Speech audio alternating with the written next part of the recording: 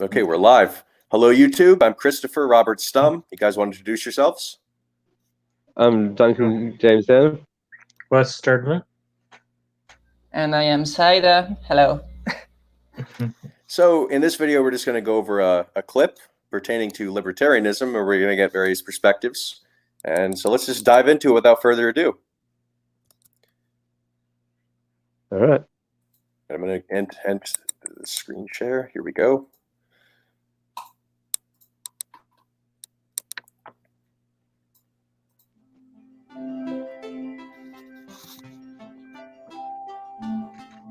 Let me lay on you what libertarianism is to me.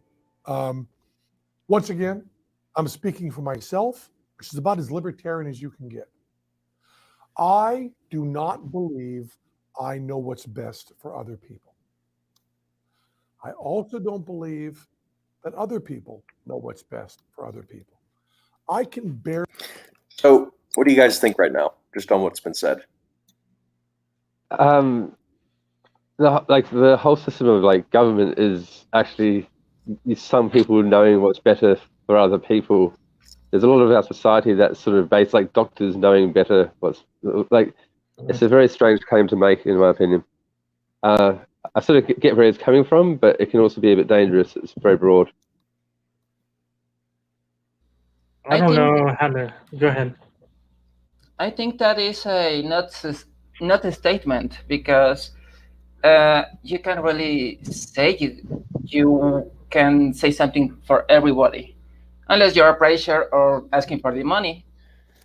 Well, it occurs to me one potential problem is he saying he's not sure, or is he saying, meaning he's indeterminate about whether or not people are good at making assessments about each other, or is he claiming that he doesn't believe they are, and neither is he? I think it's just a disclaimer, just like don't follow me if you get sick by following my advice. I agree. I think he's not making claims to anything. He's saying, I don't know, and I don't know if other people know. They probably don't. Let us interpret it as I don't know. Not that not a statement that people are not good at this necessarily. Yeah. Because if you put together with that the supposition that he isn't, you can see how it actually undermines his claim that most people aren't either, potentially. Yeah. I think he means it well. Just admittance he doesn't know. Right. I think we'll proceed with a charitable interpretation. Yeah. Yeah. Yeah. I rarely make decisions for myself. I do my best to make decisions for my family. Should my 10-year-old son take music lessons? That's a hard question for our family. You want to push him into it or wait until he really wants it? Those are hard decisions. I have trouble making those for my family. So making the decision of what someone else's job and healthcare should be like, who's another part of the country who I've never met, is not something I'm qualified or desirous to do. That's libertarianism.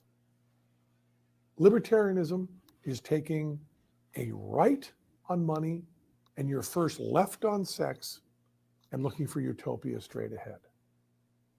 To me, the way I was brought up, Western Massachusetts, kind of a New England philosophy, we believed in responsibility and keeping your nose out of other people's business. We believed in live and let live, I think, to a fault. My mom and dad were older parents too. My mom was 45 when I was born. So I was raised by another generation. You see, my mom would be whatever, 120 now, or 115 now. Whole other generation. My mom was born, now you're going to see that my math is wrong. My mom was born in 1909. She's dead now. So it's a whole different generation. And my mom's feeling about absolutely everything was who cares. Her whole feeling on the gay rights movement was who cares who they want to get together with? Doesn't matter to me. Her whole feeling on drugs. I have never had a sip of alcohol or any recreational drug in my life. That was true for my mother, true for my father, true for my sister. I don't know how many generations it goes back, but never. And yet, my mom always thought that, sure, any drug should be legal. If you're living in a free country, do whatever you want. So what do you guys think on that? I like the sentiment. I'm not sure of the implications. Yeah. But I do like the mind your own business philosophy to a point, unless it affects you. You know, that's where, and that's what libertarian is mostly about, I think, though, is until it affects you. That's when government does have to be there and step in. I have a Right. problem with libertarianism because I think anarchism is a superior way to seek the supreme liberty from everybody. But the problem with libertarianism is that they want their own liberty, and they don't take in account the other people's liberties, right? Right. So Yeah. he says, Okay. who cares what they do? But if you are in a society, you need to care what other people do. There was a situation with a pond of fishes and a bunch of businesses who hunted the fish, and they were like free to do anything. They started to finish all the fishes in the pond, so they had to come to how do you say it, agreement, and in how much fish they could each take. And in the end, they could not reach an agreement because there was always one who will take more than they agreed to, until a government came and said, if you take more than this fish, you will get a fine. And Yes. doing that, Yeah. they managed to replenish all the fishes. Yeah. So let us like concretize that to the following: that in a subset of cases, it is possible for what people want to be in opposition, Yeah. such that the preservation of both liberties is perhaps, shall we say, even impossible. Yeah. Two contradictory things. In I think Mexico, there was a guy called Benito Juarez who said, your personal liberty ends with the other person's liberty. I'm actually glad you mentioned that. I would appreciate if in the future, when you were on, you made mention of like academics, not necessarily just Western academics, because one thing I've tried to do is study academics who aren't necessarily just like Western scholars. Well, this guy, Benito Juarez, was a politician in the war from the revolution in the 800s or something like that. That's I see. interesting. I think she also has a point that I was trying to make before, that as much as we don't like socialism or democratic socialism even, that we are interwoven in society so much that now it's not like libertarians back when we had farms and everybody Could actually be self-sufficient, pretty much. to be self-sufficient. Yeah. Now we all depend on each other in intricate ways. We have to go to school together. We have to do everything together in society. It's like Christopher was saying before, like when you have to build both a car and a truck, you can slow down the rate of production, whereas when you've got a country that's just building cars and another country that's just building trucks, they can actually end up producing more. That's right. Mutual gains from trade via specialization according to comparative advantage. Okay. Yep. That one. Well said. But be that as it might, it's I don't know, Duncan, and Wes, if it's just an issue of like the scale.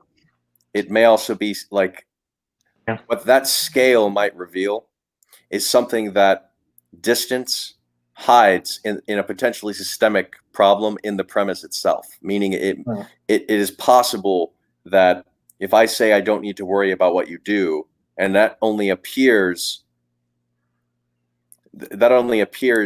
tenable when you're not around, that doesn't mean that premise necessarily had merit the whole time you weren't around. Yeah. Or even in principle, it's not clear. It's not saying that it's necessarily false. Yeah, sure. Yeah, the problem, the easiest problem to point out is that if you don't care what the other people do, why would you care if someone comes and robs you? Right. Which, in other words, as you put, Zadia, and as I was kind of pointing towards, it doesn't imply that you necessarily will care that someone robs you, of course, but it's possible you could. And if you could, then as soon as that occurs, then it seems we have a problem if and when what you want is implicitly or directly tied to what someone else wants. Yeah, that's the whole problem with the healthcare in United States, because they want safety for themselves, but they don't want to pay for an abstract other, right? Right. Yeah. Okay, let's proceed. Take responsibility for it. When you tell people about libertarianism, you just tell them, we think you should take as little from other people by force as possible, and you should be able to do whatever you think is right. Now, that's... So this is slightly different than the other thing, you see, because the premise, you should do whatever you think is right, is slightly different than it's none of my business. It's an entire discussion in and of itself, right? Yeah, the problem with that is that what you think is right is based on prejudice. Unless you go and do the math about the consequences, the cost, the benefits, you can really have a real idea of what is right. And most of that is just tradition, is just what you have been taught by your father or your mother. Yes. Is he hinting at personal responsibility there? I'm not sure. I think that might be I don't know if that's intrinsic to libertarianism or not, but I do like that idea. I don't know how far that goes. My problem is like how well defined is what is right. Right. Because you know what I mean. If you don't have some sort of like rules and establishment sort of suggesting what is right, which is not no government. So you need some government to be able to actually have these things. I feel like humans just aren't ready for anarchy. Yeah. I think we should have anarchy anyway. And then it all sort itself out. Andrew maybe come in still, by the way. Let's Might see. keep an eye out for him. I don't see him in the queue yet, but I shall keep my eyes ready. Yeah. It's a pretty heavy thing I'm saying, because I'm saying that if there's an 18-year-old girl who is the greatest math whiz that we have in this country, let's say she's the smartest person at math we have anywhere, and let's say we give her a full scholarship to go to whatever school she wants to go to, Stanford, MIT, wherever she wants to go. And she decides she wants to work at McDonald's and get pregnant at the age of 19. That's her decision. Jim Morrison, did he have a worse life because he did an awful lot of drugs and died at 28? I don't know. I've already lived a lot longer than Jim Morrison, but were his choices worse than mine? Yes. Yeah, there's a little thing that he's missing. The lady who is super mad wizard, she may have no choice to go to school unless someone gets her the scholarship, right?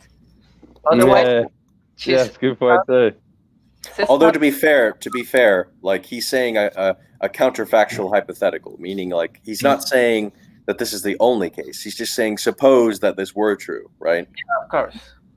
The thing is that what I'm trying to say, there's a set of conditions in everybody's life about the culture, these people you live with. For example, a poor person is not likely to become a high achiever simply because they don't have the resources. It's tenable, but I'll take that a step further. Something that occurred to me, perhaps. What if we applied this philosophy of "it's none of my business" to an ethical perspective? That is to say, this could potentially get us in trouble if I take the frame of reference that, well, let them do as they want, including if and when they make decisions or things occur to. Why not just make it like decision-oriented things, but potentially things that involve them, for which there may be an ethical dimension, right? So what if I said, and I'm not saying I think this as much as what if it was like potentially as problematic as if applied to an ethical perspective of who cares if Duncan broke his leg? Me? Or Well, so here's you the were question. right. Go ahead. Depend on you moving around. Right, but you see the potential concern here is that there may be a small overlap in ethics and this philosophy of it's none of my business, let me mind my business. Well, I personally think that ethics is like a fundamental thing, like not exactly put similar to mathematics, because one of the problems we have is that we don't have a method to put in paper what is the benefit or the cost of doing something in a, how do you say it? For example, it's not about buying, it's about what you do with what you buy, right? For example, if they say, I am against drugs because drugs are evil, right, okay. But what if you are an artist and you consume drugs and you make the best song in the decade? And we don't have a way to put that in a symbol to say this equals that, right? Because not every artist is going to make a lot of money with a trippy song, but some will. I think it's so one of my specialties is like pure mathematics and symbolic logic. I think there's a kernel of wisdom to what you say, but I also think you might be underestimating how powerful mathematics can be and how general it can be applied. It's true that it can't be applied to everything. That's actually one of the things I hope my dissertation will be about. But it's also very often and easily underestimated the span of possible topics that it could be applied to. Yeah. The problem is not that you can apply it or not. The problem is that to get the answer, you need to basically take into account 500,000 variables. Sure, but there's a difference between practicality and principle, right? Well, yes. There's also again, that doesn't mean that there's not like anything substantive to what you said. I agree. Because then you would ask, well, what's the point? Even if I could, in principle, if I can't practically execute it, what's the point? Something she was kind of getting at is the values we choose. Can that be chosen by math or science, or is that something else that we? That would be a question of what you can meaning. axiomatize. If it's axiomatizable. Hey there, Andrew. Welcome aboard. How you doing? Hi, Andrew. Hello. Hello, Andrew. Can you hear Good us? to see you on film. Can you hear us? We are getting to 18 minutes. Good. Yep. Yeah. Hey there, Andrew. So have you been keeping up with the conversation thus far? Is the audio working? Yep. Yes. Yep. Is the audio working? Okay, Yes. so I don't think he can hear us. Yeah, I can hear you. Yes, we can hear you. Beyond reasonable doubt. Awesome. All right, so do you have any thoughts? Because we're coming up on basically 20 minutes. We want to keep the video relatively short. It's okay if it goes a little bit over, but now that you're aboard, have you been keeping up with the conversation thus far? Do you have any comments? Well, I've just kind of been I'm listening to it. I'm not sure if I have much to add, and I'll just kind of go along with it. I guess be here. Yeah. Gotcha. All right. A little bit Here we more go. then. So what we got? I don't know. I know I would not have liked to have lived like Jim Morrison, although I'd like to look that good in leather pants. But A man can dream. I want to live like that? No, not even slightly. Prince, I don't want to live like that. But they probably don't want to live like me either. Libertarianism is the strongest sense of please do what you want. Try not to hurt me. Is it just an issue of hurt, though? Because, I mean, I know we've, in a way, already beat this to death implicitly, right? Because it's not just the dimension of hurt. It's also the dimension of opportunity cost. So dimensions, shall we say, right? Yeah. There's a thing. What he says does not meet what I have observed. because most libertarianism people I have personally met, and this is my opinion only, I have no real data, are actually quite prone to enact violence. And you've already conceded that's like an anecdote, and it's not. I'm not saying you're claiming an anecdote is valid evidence, but it's also not. It doesn't follow that an anecdote has no potential substance or kernel of wisdom either. I'm kind of in an indeterminacy here, but it's an interesting remark or conjecture. Well, also it adds to the fact that I said something similar as well, that I didn't feel that the people that I had met on Facebook had been doing a proper representation of libertarianism ideals. Yes, of course, there's the difference is between what the idea is and who the followers are. Yeah. So that's not a point. The government has a monopoly on force. The government is the only organization that is supposed to be able to use force. What do you think of that, Andrew? That seems very similar to what a philosophy tube would say, although I would think that there's a little bit more to that. Like, that's a little too simplistic. Yeah.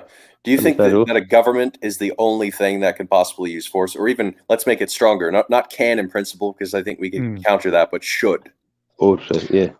Well, I would say that a lot of leftists are pretty open about the fact that they will use violence. I haven't finished this book, but this book's called Antifa, the Anti-Fascist Handbook. It probably has some problems. I haven't finished the whole thing, but it does talk about how I'm trying to. You might try to combat fascism by any means necessary, and that includes violence, but like depends on the situation. Yeah, like that Karl Popper sort of example, where sometimes you can't be tolerant towards intolerance, otherwise it ends up badly sometimes. Yeah. Although the statement is not well formed, because if you just say force in general, right, the context can change. Like, it's kind of like saying someone is pro-gun, but I mean, in what sense? Do you mean like pro-gun up your ass? Like, the context matters, right? I mean, what I'm saying is, if the statement isn't sufficiently concretized, it becomes potentially so nebulous, it's not even clear what's being said.